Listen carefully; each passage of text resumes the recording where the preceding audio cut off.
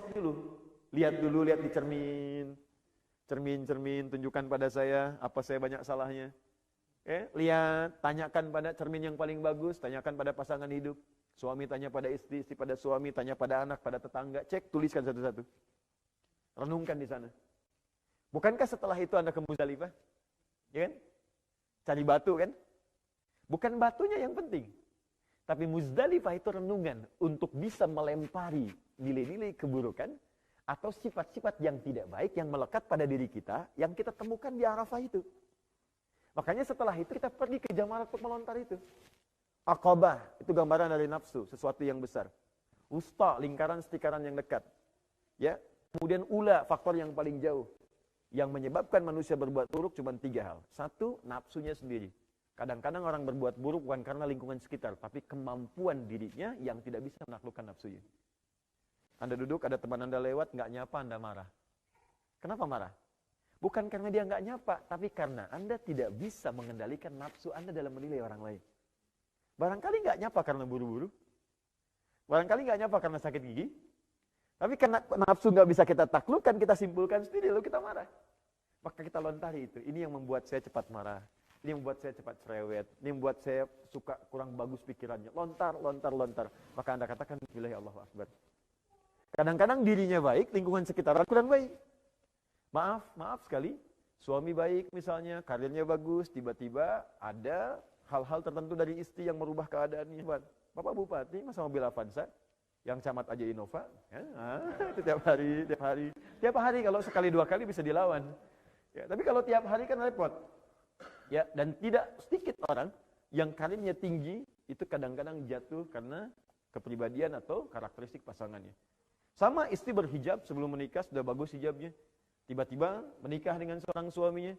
Awal-awal baik, tiba-tiba masuk kantor. Di kantor ada family gathering. Ya, kata suaminya, mah lepas dulu dong jilbabnya. Cuman sebentar aja. Anda bayangkan, situasi itu sering terjadi. Atau lingkungan yang jauh. Anda dari Indonesia, tiba-tiba ke Glasgow. Sampai di sini ketemu lingkungan teman-teman. Sampai harus lepas hijab yang perempuan misalnya. Atau ikut kegiatan yang bukan sebetulnya nggak pernah kita kerjakan. Dan kita tahu itu nggak baik. Faktor lingkungan itu ula namanya. Maka Anda lontari. Lontar. Begitu dilontar, itu hilang. Saat hilang itulah kemudian Anda renungkan lagi di Mina, pengen lebih baik, sampai selesai. Begitu pulang, yang jeleknya hilang, yang baik muncul. Disebut dengan birrun. Kalau melekat pada diri kita disebut dengan mabrur. Maka disebut dengan haji mabrur. Orang yang berhaji, yang telah merubah dirinya jadi orang baik. Jadi ternyata haji pun puncak tertingginya sedekah. Detailnya disebut dengan birrun. Melekat pada diri kita disebut dengan mabrur. Karena ini puncak terhadap pahala sekian. Sholat pahala sekian yang fisik. Karena ini menggabungkan antara harta dengan fisik, makanya pahalanya lebih tinggi dibanding yang lain. Dan yang paling menarik, sebetulnya ibadah nggak ada gelarnya. Tapi yang ini seakan disematkan sebuah gelar kepadanya. Padahal bukan gelar, itu pengingat. Karena tinggi. Coba lihat, kalau ibadah gelar,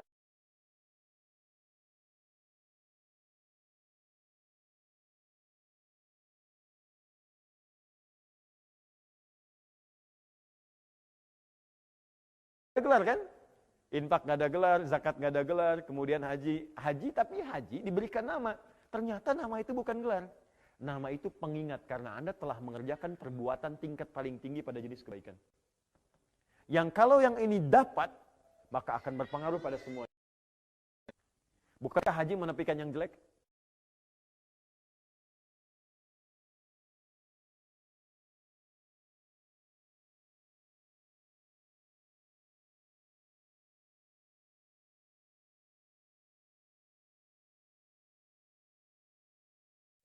Kalau yang jelek hilang kan yang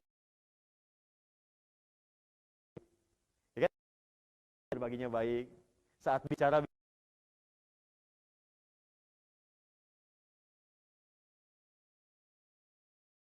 misal, ada seorang pulang namanya Asep. Ketika pulang haji disebut Haji Asep. Orang Arab menyebut haji bukan ingin memberikan gelar, tapi sebagai pengingat. Pak, Bapak sudah haji, jangan lagi ditukar haji itu yang baik dengan menukarnya dengan perbuatan buruk. Ada jaminan surga. Sayang kalau surga ditukar dengan perbuatan maksiat lagi. Makanya kalau ada yang menyebut haji pada yang sudah haji, Anda jangan bangga. Makanya ketika disebutkan kenapa harus sholat, turun ayat innas sholata tanha anil fahsya'i wal munkar. Quran surah 29 ayat 45. Kalau sholatmu baik, pasti akan tercegah dari dua jenis keburukan. Keburukan itu cuma dua, nggak ada yang ketiga. Satu fahsya. Fahsya itu keburukan yang bersumber dari syahwat. Ya, maaf sekali. Misalnya kata-kata yang kotor, jorok, pornografi, porno aksi, LGBT, itu fahsya. Ya, itu fahsya. LGBT itu fahsya. Jadi mustahil ada orang sholat berbuat fahsya, itu mustahil. Ya. Dalam hukum Islam pun ada hal-hal terikat tertentu yang memang nggak bisa dikerjakan oleh perbuatan yang fahsya. Ayo coba cek ya. Anda suka lihat handphone, ada gambar-gambar yang tidak elok. Kalau biasa sholat itu pasti dipalingkan. Dan ada getaran di jiwa. Jangan lakukan. Palingkan. Itu otomatis tuh. Mungkar perbuatan yang diingkari oleh hati. Sumbernya nafsu perut dengan akal. Maaf, mencuri itu mungkar, korupsi mungkar, menipu itu mungkar, menyontek itu mungkar, plagiat itu mungkar. Ya. Jadi mustahil ada orang sholat berbuat mungkar, itu mustahil. Jadi kalau ada orang sholat sedang berselisih, ini baru keluar sholat dari ribut misalnya. Ya. Bid'ah tuh tadi tuh. Apa kamu? Salah tuh. Ya.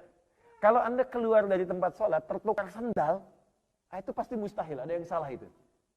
Ini kayaknya punya saya deh. Bukan deh, yang itu deh, dipakai, padahal dia ke masjid, gak pakai sendal. Ini pasti ada yang salah.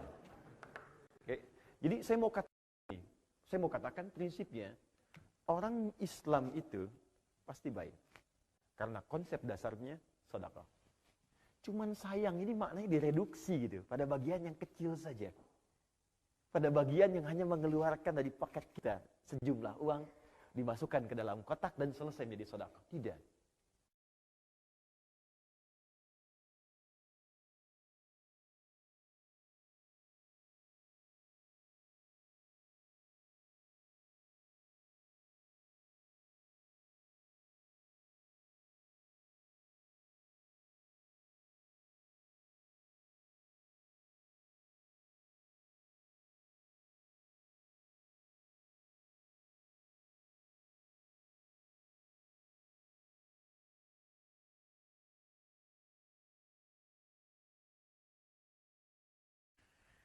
Insya Allah banyak manfaat kalau kita yakin dengan akhirat. Ya, karena ada orang-orang yang nggak yakin dengan akhirat, jadi hidupnya untuk sementara dunia saja. Itu sudah ada dari zaman jahiliyah, sudah ada. Wa ma yuhlikuna illa dahru. Kami nggak akan ada lah kehidupan lagi nanti. Paling-paling kami meninggal selesai hidup, nggak akan hidup lagi. Jadi kalau ada orang yang sekarang punya prinsip begitu, siap-siap bikin kaya sekarang. Mumpung masih hidup, ntar kalau udah meninggal nggak ada kehidupan lagi. Itu orang terlambat. Sudah ada yang begitu. 15 abad yang lalu umat jahiliyah sudah begitu.